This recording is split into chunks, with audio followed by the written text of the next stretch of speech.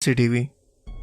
ज़मीन के south pole में वाक़या दुनिया का सबसे वीरान और मुकम्मल तौर पर बर्फ़ के ग्लेशियर से ढका हुआ एक अलग जहान अंटार्कटिका, जहाँ का टेम्परेचर -90 डिग्री सेंटीग्रेड तक पहुँच जाता है। इस कदर शदीद सर्द मौसम और रास्तों की गैर मौजूदगी से इंसानों की आमद के लिए दुनिया की सबसे मुश्किल तरीन जगह बना देती है।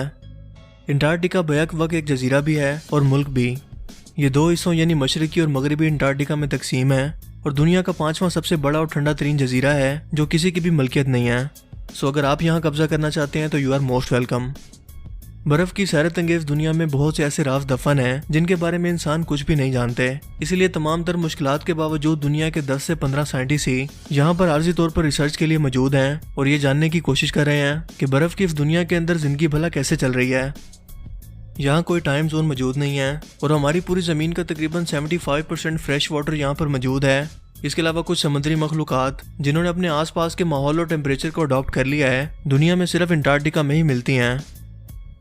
अगर बर्फ़ से भरे इस बहुत बड़े इलाके को एक लफ्ज़ के अंदर एक्सप्लेन करने को कहा जाए तो आप इसे बर्फ़ का एक बहुत बड़ा ग्लेशियर कह सकते हैं, जो 14 मिलियन स्क्वायर किलोमीटर के रकबे पर फैला हुआ है, जहाँ ना तो सूरज की धूप पड़ती है, ना सब्ज़ा है और ना ही ज़मीन दिखती है।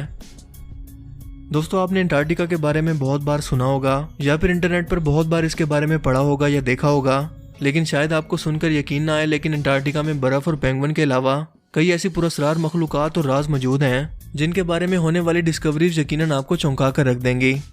सो अगर आप भी इस बर्फ़ की दुनिया में मेरे साथ विजिट पर जाना चाहते हैं तो सीट बेल्ट बांध लें और चलिए स्टार्ट करते हैं। Number 1, underground lakes. ऊपर से देखने पर अंटार्कटिका में सिर्फ बर्फ के सिवा कुछ नजर नहीं आता, लेकिन दर हकीकत इसके नीचे एक ऐसी पुरस्कार दुनिया आबाद है जो कई कदीम राजों को छुपाए हुए है, क्योंकि यहाँ बर्फ के नीचे ज़ेरे ज़मीन पानी की नदियाँ मौजूद हैं जो कि साइंटिफिकली तौर पर बज़ाहिर तो नामुमकिन है, लेकिन पानी के प्रेशर और ज़मीन के गर्म कोर के टेम्परेचर की वजह से इस पानी का टेम्परेचर नॉर्मल रहकर यहाँ समुद्री ज़िंदगी के वजूद को रहने के काबिल बनाता है, जो कि कुदरत का एक निज़ाम है। इस पूरे इलाके की सबसे बड़ी लेक वोस्टेक है, जो 4 किलोमीटर बर्फ की लंबी तह के नीचे मौजूद है और ये कनाडा की लेक ओंटारियो के बराबर है।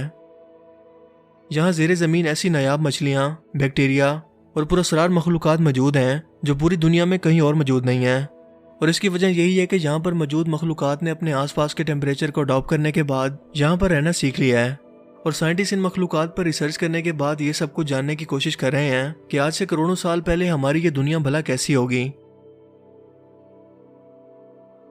Number 2, blood waterfalls. जैसे कि नाम से ही जाहिर है कि खूनी पानी का झरना।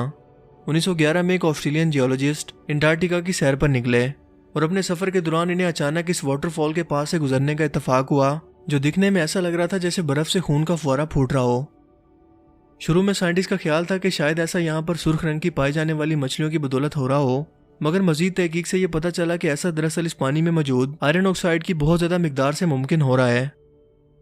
लेकिन असल सवाल तो ये था कि इस पानी के अंदर मौजूद मछलियाँ और बाकी जानदार अपनी ज़िंदगी यहाँ कैसे गुजार रहे हैं, और इसी पर मजीद रिसर्च आज भी जारी है। Number 3, singing mountains. अंटार्कटिका के बुलंदोबाला ग्लेशियर्स के ऊपर से गुजरते हुए अगर तेज़ हवा चल रही हो या हवा का प्रेशर बहुत ज़्यादा हो तो वाइब्रेशन रिकॉर्ड करने वाली डिवाइस अजीबोगरीब तरह की आवाज़ों को रिकॉर्ड करती है, और ये आवाज़ें जगह और मौसमी हालात के मुताबिक बदलती रहती हैं, क्योंकि कहीं तो ये आवाज़ें औरत के रोने जैसी आवाज़ों को पैदा करती हैं तो कहीं हड्डियों के टूटने जैसी, जो कि सुनने में शायद साइंस फिक्शन ही मालूम होती हैं, लेकिन ये हकीकत है जिसे हर शख्स एक डिवाइस की मदद से ऑब्जर्व कर सकता है। Number 4, hidden mountain. अंटार्कटिका जैसे इलाके में बर्फ़ की तह के नीचे कोई पहाड़ी का दरियाफ्त होना कोई हैरत की बात नहीं है, लेकिन जब ये माउंटेन रेंज यूरोप के एल्फ पहाड़ी सिलसिले के बराबर हो तो यकीनन ये एक बहुत बड़ी खोज है। 1950 के अंदर बर्फ़ की मोटी तह के नीचे गम्बस्टिव माउंटेन रेंज की दरियाफ्त हुई, जो 2700 मीटर ऊंची और 1200 किलोमीटर लंबी है। लेकिन इससे भी ज़्यादा हैरानगी की बात तो यह है कि साइंटिस्ट को इस पहाड़ी सिलसिले की जांच पड़ताल से यह पता चला कि यह तकरीबन 1 मिलियन साल पुरानी है। लेकिन जियोलॉजी के कानून के मुताबिक आमतौर पर यह पहाड़ियाँ वक्त के साथ कोलिजन की वजह से छोटी होकर ख़त्म हो जाती हैं, लेकिन इन पहाड़ियों को बर्फ़ की तह ने बचा कर रखा, वरना यह भी आम पहाड़ियों की तरह 400 से 500 मिलियन साल के बाद ख़त्म हो जाती। Number 5, elongated sculls. 2014 में अंटार्कटिका के अंदर 3 अजीबोगरीब किस्म के ह्यूमन स्कल्स की दरियाफ्त हुई, जिसे इंसानों के सबसे पुराने रिमेन्स भी कहा जाता है, और इनका नाम इलोंगेटेड स्कल्स रखा गया। ये माथे से ऊपर की तरफ को बहुत ज़्यादा लंबे हैं और ऐसा करना दर हकीकत कदीम तहजीबों और कबीलों में रिवाज था, और ये जानबूझकर अपने कबीले के लोगों के सरों को ठोक कर या दबाकर लंबा करते थे। बिल्कुल इसी तरह के स्कल्स पेरू और मिस्र में भी दरियाफ्त हुए हैं, जो इस बात का सबूत है कि एक वक्त के अंदर अफ्रीका, साउथ अफ्रीका और अंटार्कटिका एक साथ मिले हुए थे, जिसे हम पेंजिया के नाम से जानते हैं। लेकिन बाद में ज़मीनी प्लेटों की हरकत की वजह से, यानी कॉन्टिनेंटल ड्रिफ्ट की वजह से, ये तीनों जजीरे अलग हो गए और आज भी एक दूसरे से मजीद दूर हो रहे हैं। Martian meteoroid. दुनिया के तकरीबन 90% मेट्रॉइड्स यानी खलाई अजसाम की बाकियात सिर्फ अंटार्कटिका में मिली हैं, और एक अंदाजे के मुताबिक यहाँ साइंटिस्ट को तकरीबन 10,000 के करीब मेट्रॉइड्स बिल्कुल सही सलामत हालत में मिले हैं, जो कई सौ साल पुराने हैं।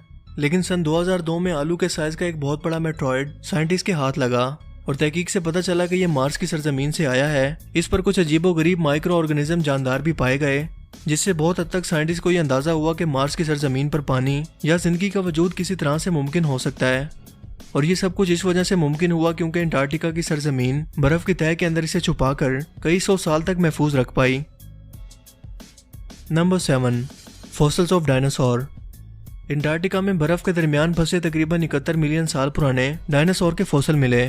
ये डायनासोर की वो किस्में थी जो पानी में रहने के काबिल थीं, जिसमें मोनोसोरस, प्लोजियोसोरिस और मेगलाडोन शार्क भी शामिल हैं। जिससे ये पता चला कि अंटार्कटिका का ये सर्द मौसम हमेशा से ऐसा नहीं था, बल्कि ये एनवायरमेंटल बदलाव का नतीजा है। और आज से करोड़ों साल पहले यहाँ टेम्परेचर नॉर्मल या गर्म था, जिसकी बदौलत इसकी ज़मीन पर जिंदगी फल फूल रही थी। लेकिन फिर अचानक एक धमाके से यहाँ पर सब कुछ खत्म हो गया और ज़मीन ने बर्फ़ की चादर ओढ़ ली। लेकिन दर हकीकत ये बदलाव हुआ कैसे, इस पर मजीद तहकीक करने के लिए साइंटिस्ट आज भी इस पर खोज कर रहे हैं, और उम्मीद है कि हमें मुस्तकबिल के अंदर ऐसे राज जो इसकी सरजमीन के अंदर दफन है ज़रूर जानने को मिलेंगे। और इस ज़मीन के बनने से तक के मौजूदा ज़मीनी हालात को समझने के लिए इंसानों को मजीद कामयाबी मिलेगी। तो दोस्तों, आपको अंटार्कटिका के बारे में सबसे अमेजिंग फैक्ट कौन सी लगी और क्यों, और क्या आप इस जगह पर विजिट करना चाहेंगे? अपनी कीमती राय का इजहार कमेंट सेक्शन में ज़रूर कीजिएगा। और अगर आप मुझे पर्सनली इंस्टाग्राम पर फॉलो करना चाहते हैं या कोई मैसेज भेजना चाहते हैं, तो उसका लिंक मैंने डिस्क्रिप्शन में डाल दिया है, वहाँ से आप मुझे कॉन्टैक्ट कर सकते हैं, क्योंकि बहुत लोग इसके बारे में डिमांड कर रहे थे। सो आपकी रिक्वेस्ट पर मैंने इसे ऐड कर दिया है। अगर आपको ये वीडियो अच्छा लगा तो इसे लाइक कीजिए, और मज़ीद इस तरह के इन्फॉर्मेटिव वीडियोस के लिए इस चैनल को ज़रूर सब्सक्राइब कीजिए। अब मैं मिलूंगा आपसे एक नई इंटरेस्टिंग वीडियो में। तब तक के लिए अपना बहुत सा ख्याल रखिएगा। Thanks for watching this video. अल्लाह हाफिज़।